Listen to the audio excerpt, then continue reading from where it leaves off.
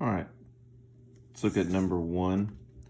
This is from the assignment Factoring Polynomials, which is week 2, lesson 3. So here we have a cubic. It's a cube exponent, so we're going to have to do what's known as sum or differences of cubes. And in this case, it's going to be a sum of cubes. And so what it tells us is that we're going to have a plus, and then it's going to be a minus and a plus.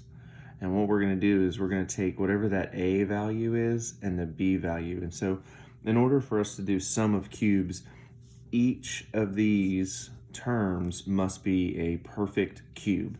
Well, the cube root of x to the third is x, because you have 3 x's in there.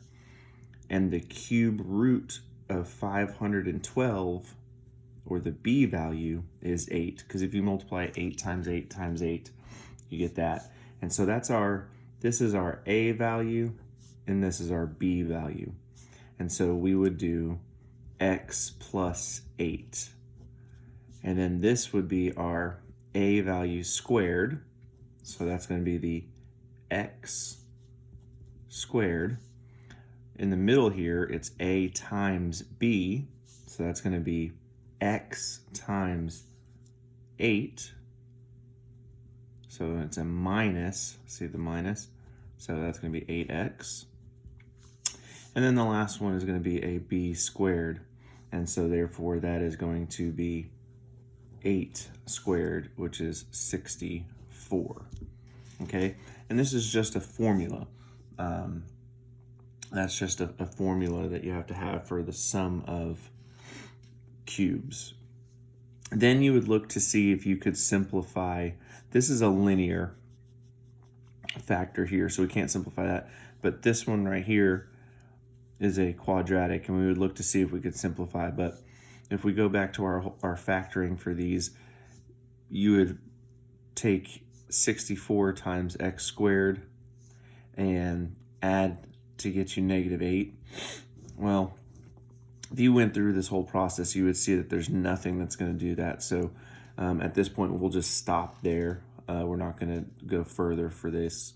And so this would be my answer for number 1. Okay.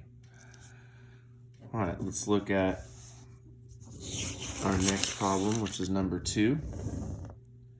Number 2 has x to the 4th minus x squared.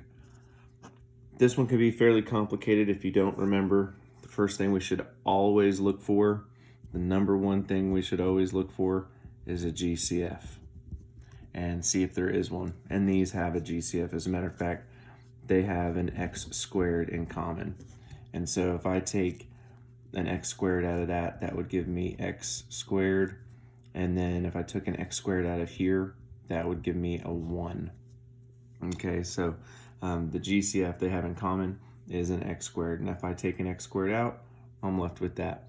Now, big thing on this as well is you got to make sure you always factor as far as you can go, completely factor. Well, if I look at this particular problem, this is known as difference of squares, which we did towards the beginning of the year, because I have a perfect square, it's raised to the 2nd power, negative or subtraction, and a perfect square. So therefore this would stay x squared, and this one would become x plus 1 and x minus 1. And that's simplified as far as I can go.